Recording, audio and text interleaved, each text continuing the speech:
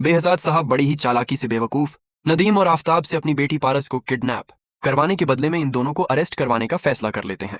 और जिस रोज आफताब की पारस के साथ एंगेजमेंट होने वाली होती है, जहां शहर के सारे नामी गिरामी लोग मौजूद होते हैं, उसी वक्त बेहजाद साहब साफ साफ इस शादी से इनकार कर देते हैं, ये बोलते हुए कि मैं उस शख्स के साथ भला अपनी बेटी की शादी कैसे करवा सकता हूं जो खुद पारस की किडनैपिंग में मुलव्विस हो। बेहजाद साहब सारे सबूतों के साथ नदीम और आफताब को एक्सपोज कर देते हैं। उसी वक्त पुलिस वहां पहुंचकर नदीम और आफताब को हथकड़ी लगाते हुए अपने साथ ले जाती है और बेचारी शाहीन रो रो कर अपने भाईजान से माफी मांगती रह जाती है। लेकिन बहजाद साहब शाहीन की एक बात भी नहीं सुनते।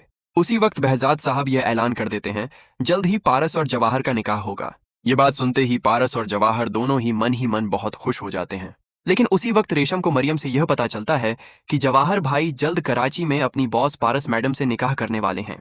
ये बात सुनते ही रेशम गुस्से में अपने अक्का जान के साथ फौरन कराची पहुंच जाती है। और जिस वक्त पारस और जवाहर का निकाह होने वाला होता है, उसी वक्त रेशम वहां पहुंचकर गुस्से में बोल देती है, यह निकाह नहीं हो सकता। रेशम को अचानक सामने देखकर जवाहर भी हैरान रह जाता है।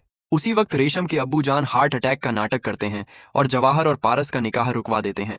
जवाहर उसी वक्त अपने चाचा जान को हॉस्पिटल ले जाता है, जहां जाफर के चाचा जान उसे इमोशनली ब्लैकमेल करते हुए बोलते हैं, मैं मरने से पहले अपनी बेटी रेशम की शादी तुम्हारे साथ होते हुए देखना चाहता हूं, इसीलिए तुम पारस से शादी मत करना। जावर मजबूरन बिल्कुल वैसा ही करता है और पारस से अपना रिश्ता तोड़ देता है। लेकिन उसी वक्त रेशम अपने अब्बू जान से बात कर रही होती है। आपका हार्ट अटैक का नाटक मेरे काम आ गया। ये बात सुनते ही जवाहर को बहुत गुस्सा आ जाता है और वह रेशम से साफ बोल देता है, मैं अब तुम्हारे साथ कभी निकाह नहीं करूंगा। उसी वक्त वह पारस के पास पहुंचकर उससे माफी मांगता है और दोबारा उससे निकाह करने के लिए तैयार हो जाता है।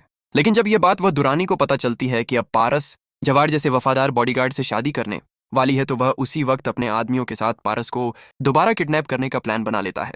लेकिन जिस रोज पारस और जवाहर की शादी होने वाली होती है, उसी वक्त वाहब दुर्रानी का प्लान उसी पर भारी पड़ जाता है और पुलिस जवाहर के साथ मिलकर वाहब दुर्रानी को हथकड़ी लगाते हुए पुलिस स्टेशन ले जा रही होती है। लेकिन रास्ते में वाहब दुर्रानी अपने आदमियों की मदद से भागने की कोशिश करता है। पुलिस वाहब दुर्रानी को रुकने के लिए बोलती है, मगर वह पुलिस की बात नहीं मानता और इसी बीच पुलिस फायरिंग कर देती है, जिसकी वजह से वह दुर्रानी की मौके पर ही मौत हो जाती है। उसके बाद बहजाद साहब धूमधाम से जवाहर और पारस का निकाह करवा देते हैं और जवाहर और पारस को स्विट्जरलैंड का हनीमून पैकेज गिफ्ट करते हैं। जवाहर अपनी बीवी पारस के साथ हनीमून के लिए स्विट्जरलैंड चला जाता है, जहां एक रोज जवाहर और पारस बहुत प्यार भरे लम्हे गुजारते हैं और एक दिन अचानक पारस की तबीयत खराब हो जाती है और जवाहर फौरन उसे हॉस्पिटल ले जाता है, जहां डॉक्टर जवाहर को एक खुशखबरी देते हैं, मुबारक हो आपकी बीवी प्रेग्नेंट है। तो दोस्तों,